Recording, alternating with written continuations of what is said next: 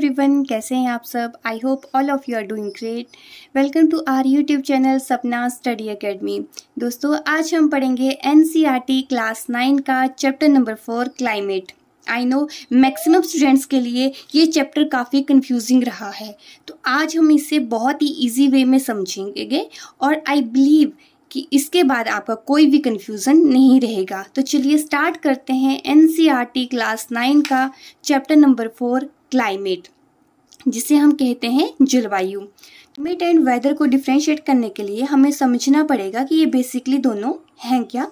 तो अगर बात की जाए वेदर की, इट मीन्स मौसम की, तो आप यहाँ पे देखेंगे, यहाँ पे कैसा एकदम सनी डे है, ठीक है। अगर यहाँ पे हम लोग खड़े होंगे तो क्या होगा, आपको बहुत गर्मी लगेगी। आगे थोड़ा सा क्लाउडी आ जाता है, थोड़ा आपका जो फेज है वो क्या हो रहा है, चेंज हो रहा है। यहाँ पे आपका बारिश लगी हुई है, यहाँ पे एकदम क्लाउडी सा हो जाता है। तो हम क्या देख रहे हैं कि जो आपका एटमॉस्फेयर है उसकी स्टेट क्या हो रही है, एकदम से चेंज हो रही है।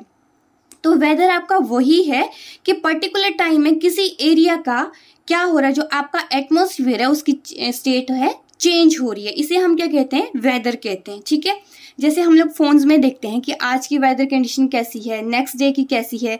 तो जैसे हमें आज क्या है, आज हमें बता दिया कि आज सनी डे है, आज क्या है, एकदम तेज धूप रहेगी।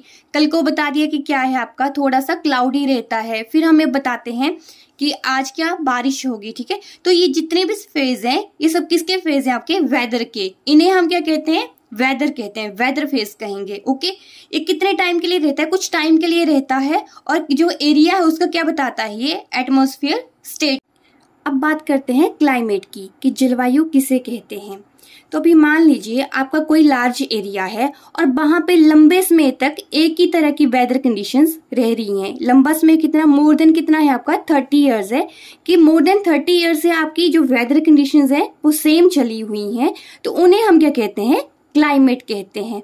फॉर एग्जाम्पल, आपका थार डेजर्ट है, ठीक है, मरुस्थल है आपका। तो वहां पे क्या रहता है, जो आपका वेदर है कैसा रहता है, एकदम गर्म रहता है, ठीक है। कंडीशंस कैसी हैं आपकी, गर्म है, और वो लंबे समय से ऐसा ही रहता है। ऐसा नहीं है कि वहां पे बारिश नहीं होती है, वहां पे बारिश भी होती है, लेकिन जो मैक्सिमम टाइम है वहां पे वेदर कैसा रहता है, हॉट वेदर है, ठीक है। तो इसे हम क्या कहेंगे कि थार डेजर्ट का क्लाइमेट कैसा है, हॉट क्लाइमेट है। अगर हम बता रहे हैं जो आपका थार डेजर्ट है वहां पे बहुत गर्मी होती है, तो उसे हम वेदर बोलेंगे, क्लाइमेट बोलेंगे, तो उसे हम बोलते हैं हॉट क्लाइमेट, कि जो आपका थार डेजर्ट है उसका हॉट क्लाइमेट है। Okay, not whether. हम यहाँ पे किसकी बात कर रहे हैं, क्लाइमेट की बात कर रहे हैं, ठीक है। क्योंकि यहाँ पे मोर देन 30 इयर्स आपका सेम ही जो टेम्परेचर है, सेम ही आपकी वेदर कंडीशंस आ रही हैं। तो इस वजह से इसे हम क्या कहते हैं कि जो थार डेजर्ट है उसका हॉट क्लाइमेट है। अंडरस्टैंड। वेदर हो गया आपका कि कुछ पॉइंट ऑफ टाइम के लिए आपका अलग फेज है, कभी गर्मी है, कभी सर्दी है, कभी बरसात है, ठीक है। कुछ एक दिन आपकी बरसात आ रही है, एक दिन आपका क्या है, सनी डे है। तो ये क्या है, आपका वेदर है पर्टिकुलर टाइम में। और एक जगह आपकी ऐसी है, फॉर एग्जाम्पल आपका थार डेजर्ट जो हमने पढ़ा, उसमें बहुत लंबे समय से, इट मीन्स कि मोर देन 30 इयर्स है, सेम ही तरह का आपका वेदर मिल रहा है, ठीक है। तो उसे हम क्या कहते हैं, क्लाइमेट कहते हैं। अभी हम देखेंगे कि इंडिया का क्लाइमेट कैसा है। अभी आप लोग सोच रहे होंगे कि इंडिया में तो कुछ कुछ मंथ्स बाद क्या हो रहा है, आपका पूरा फेज चेंज होता है, क्योंकि यहाँ पे समर्स भी होते हैं, विंटर्स भी होते हैं, कभी मानसून होते हैं। तो यहाँ पे एक तरह का क्लाइमेट तो कभी हो ही नहीं सकता है। लेकिन आप देखेंगे कि जो आपकी समर्स हैं, जो विंटर्स हैं, ये अपना एक पैटर्न फॉलो कर रही हैं। हर साल सेम पैटर्न आपका फॉलो होता है। अगर इस मंथ में आपकी समर स्टार्ट होंगी तो नेक्स्ट ईयर भी आपकी समर्स आएंगी, विंटर्स आएंगी, ठीक है। तो इस वजह से जो इसका क्लाइमेट है वो कैसा है, मॉनसून क्लाइमेट है। इसका क्या नाम है, इसका मॉनसून क्लाइमेट है। और ऐसा नहीं है कि इंडिया में मॉनसून क्लाइमेट है, जो साउथ और साउथ ईस्ट एशिया है वहां पे भी कौन सा है आपका क्लाइमेट, मॉनसून क्लाइमेट है, ठीक है। अगर मॉनसून की बात की जाए तो मॉनसून लिया गया आपका अरेबिक वर्ड है मौसम, ठीक है। अरेबिक वर्ड क्या है आपका, मौसम है, और जिसका मीनिंग है आपका सीजन।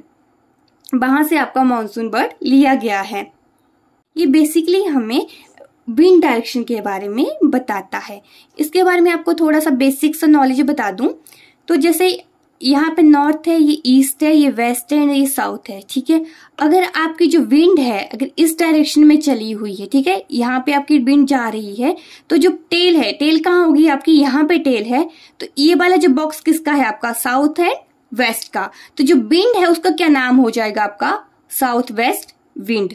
ओके, अगर आपकी विंड यहां से इस साइड चलेगी तो टेल यहाँ पे होगी, तो ये कौन सा बॉक्स है आपका, नॉर्थ ईस्ट का, तो उसका हो जाएगा आपका नॉर्थ ईस्ट नाम, इसका क्या हो गया, साउथ वेस्ट विंड। और जो साउथ वेस्ट विंड होती है मेनली जो आपकी रेन वगैरह आती है ना, उस विंड को हम क्या कहते हैं, साउथ वेस्ट विंड। अगर हम इसमें टेम्परेचर और प्रेसिपिटेशन कंडीशंस को देखें then we will find out, precipitation means rainfall, ठीक है, टेम्परेचर रेनफॉल को देखें तो हम पाएंगे जैसे यहाँ पे इंडियन मैप बना हुआ है, अगर हम टेम्परेचर की बात करें बेसिकली इन समर्स, ठीक है, तो जो राजस्थान है वहाँ पे कुछ हिस्सों में कितना टेम्परेचर हो जाता है 50 डिग्री सेल्सियस, और अगर JNK की बात की जाए तो वहाँ पे कितना है, ओनली 20 डिग्री सेल्सियस। वैसे अगर विंटर की बात की जाए तो विंटर में आपका जो JNK है वहाँ पे द्रास जगह में कितना है आपका, -45 डिग्री सेंटीग्रेड, कितना बताया मैंने, -45 डिग्री।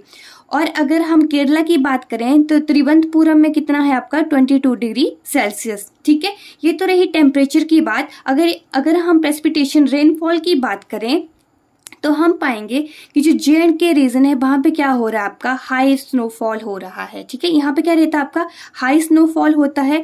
और ये वाला जो आपका इधर वाला जो हिस्सा है यहाँ भी क्या हो रहा है आपका, हाई रेनफॉल है। और इसके साथ ही जो आपका नॉर्थ ईस्ट का जो रीजन रहता है वहां पे भी हाई रेनफॉल होता है, लेकिन ये जो डेजर्ट वाला हिस्सा यहाँ पे क्या है, एकदम लो रेनफॉल होता है, ठीक है। अगर हम कोस्टल जो आपकी रेंज है अगर इस चीज को हम देखें तो हम पाते हैं कि यहाँ पे जो टेम्परेचर कंडीशंस होती हैं क्या होता है, एकदम लेस कॉन्टेस्ट होता है, मतलब यहाँ पे बार बार वेरी नहीं करता है, एकदम कांस्टेंट सा टेम्परेचर रहता है।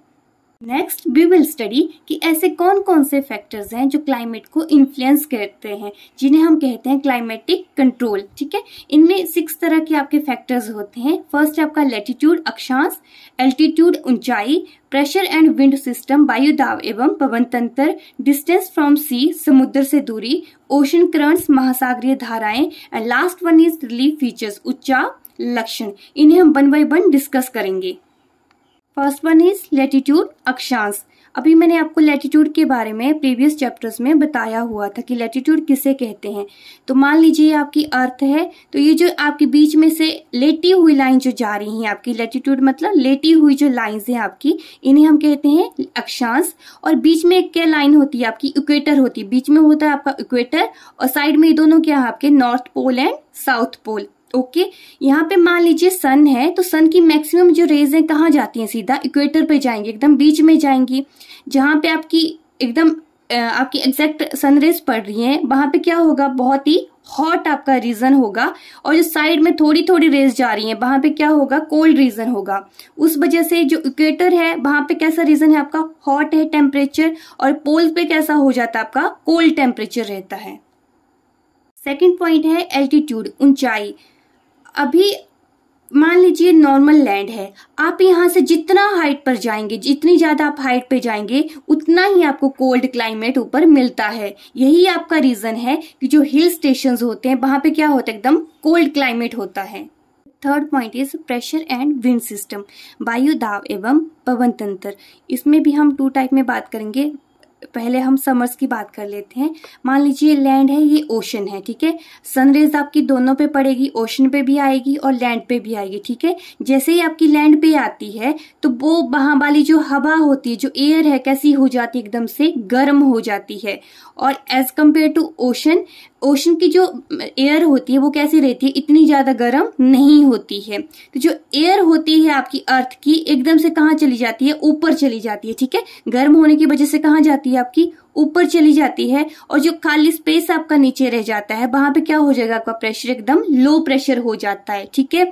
और वैसे अगर हम ओशन की बात करें तो यहाँ पे क्या है आपका, एयर इतनी गर्म नहीं होगी, तो प्रेशर क्या हो जाएगा आपका, हाई प्रेशर हो जाएगा। अभी डायरेक्शन ऑफ विंड की बात करें तो डायरेक्शन क्या हो जाएगी विंड की, high pressure to low pressure, ठीक है, इस साइड आपकी डायरेक्शन हो जाएगी। वैसे ही अगर हम विंटर की बात करें तो विंटर्स में क्या होगा, जैसे आपकी सनरेज पड़ती हैं तो जो आपका लैंड एरिया है, लैंड एरिया की जो एयर है वो इतनी ज्यादा आपकी गर्म नहीं होगी, और जो ओशन एरिया वहां की एयर बहुत ज्यादा गर्म होने की वजह से कहाँ चली जाएगी, अपना आगे जगह ले लेकिन इट मीन्स ऊपर चली जाएंगी, और प्रेशर कैसा हो जाएगा, लो प्रेशर हो जाएगा। तो डायरेक्शन ऑफ विंड कैसी हो जाएगी, high to low, it means land से कहाँ जाएगी, ओशन वाली साइड जाएगी, ठीक है। इस साइड आपकी क्या हो जाएगी, डायरेक्शन ऑफ विंड हो जाएगी। फोर्थ फैक्टर है आपका डिस्टेंस फ्रॉम सी, कि समुद्र से दूरी आपका किस तरह से क्लाइमेटिक जो आपकी कंडीशंस है उन्हें किस तरह से इन्फ्लुएंस करता है। अगर हम बात करें जो आपका एरिया जो किससे कनेक्टेड है, आपका ओशन से कनेक्टेड है, सी से कनेक्टेड है, वहां पे कैसा क्लाइमेट रहता है, एकदम मॉडरेट सा क्लाइमेट रहता है, ना वहां पे ज्यादा गर्मी होती है ना ज्यादा सर्दी होती है। एज कंपेयर अगर हम करें जो आपका नॉर्दर्न आपका इंडिया है, ठीक है, आपका सी से कनेक्ट नहीं है, तो यहाँ पे क्या होगा, गर्मियों में बहुत ज्यादा गर्मी होती है और सर्दियों में बहुत ज्यादा सर्दी होती है। मैक्सिमम प्लेस में, मैं मैक्सिमम प्लेस की बात कर रही हूँ। ओके, आज की वीडियो में बस इतना ही। कल हम रेस्ट पार्ट को स्टडी करेंगे। तब तक के लिए please do like, share and subscribe to my YouTube channel. Thank you.